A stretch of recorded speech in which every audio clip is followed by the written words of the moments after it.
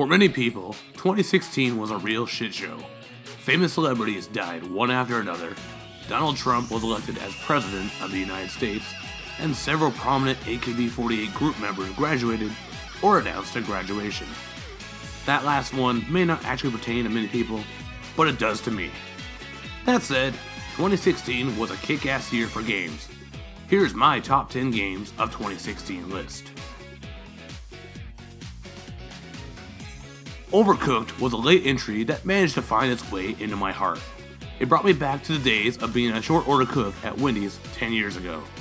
And this was confirmed when I played co-op with my buddy and former Wendy's co-worker, Tyler.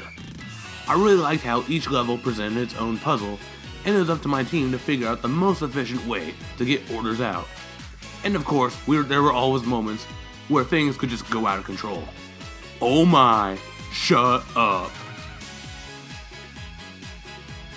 Jackbox 3 blows last year's pack out of the water.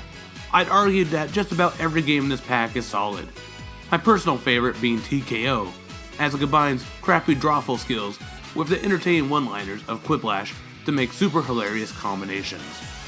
The best part is you can buy and wear your creations in real life for $18.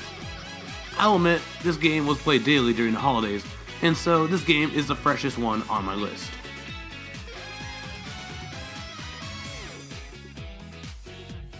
"2016 saw the release of not one, but two fully featured Final Fantasy titles.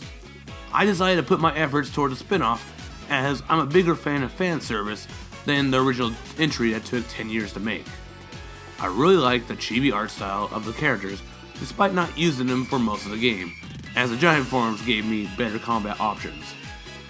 I also really liked how they brought characters to life from other games that haven't been seen in Dissidia or any of the other games. Inside is a game that gets more and more unsettling the longer you play it. It starts out with the mind control dummies, grows with a terrifying underwater creature that strangles you, and reaches peak creepiness with its conclusion. While I thought Limbo was a cool but overrated game, Inside is an improvement in every way. Last year, Bloodborne ended up being one of my favorite games of the year, despite my ambivalence with the Souls series. This year, hearing it incorporates some of the Bloodborne techniques into combat, I gave this title a try and enjoyed it as well. Beating the bosses is incredibly rewarding, and I still have nightmares about those horish enemies in the prison.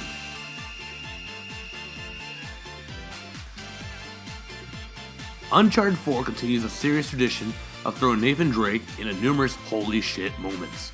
Pulling off an elaborate heist, escaping from a crumbling clock tower, engaging in a high-speed downhill pursuit, and the list goes on. I also really appreciated the improvements of combat and stealth in the game, and was glad to see closure for the series. Go, climber! Gonna get up!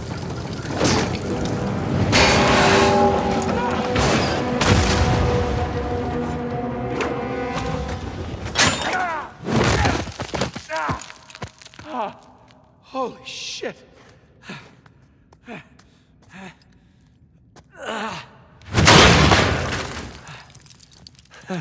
Jesus Christ. Hey, Sally. Overwatch is this year's Splatoon. I say this in the sense that it's a competitive shooter that has plenty of casual hooks to welcome players of any skill level. I originally wasn't sold on it until I gave the free weekend a shot and played it with some friends. After that, I was hooked. Oh, and Mercy is my waifu.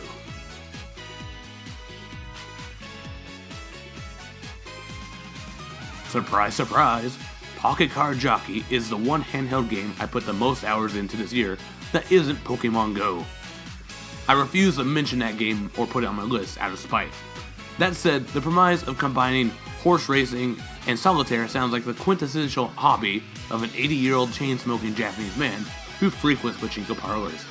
However, this game is surprisingly fun and unbelievably addicting.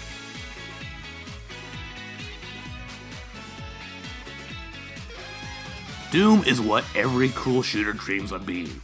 As someone who isn't normally into shooters, Doom got me with his badass combat system and style. I said it before, but I've never felt more badass playing any other game.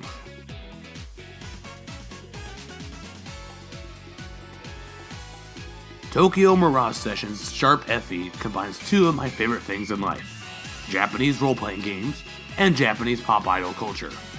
Knowing this much about me, it's a no-brainer that this game takes my top spot. While I did put in a couple dozen hours into Persona 5 this year, I decided to wait for the localized version to better evaluate it. Spoiler alert, 2017 is going to be the year of Persona 5. Also, while I harshly criticized it in my review, I've come around to the realization that I am Barry Goodman, despite how much I hate to admit it. ベータになっています。ディアマジョイロハで言うと第7話目くらいの感じです。その例えはよくわかりません。シッしかし今の翼ならいけるでしょう。おお Oh my god! 忘れてました。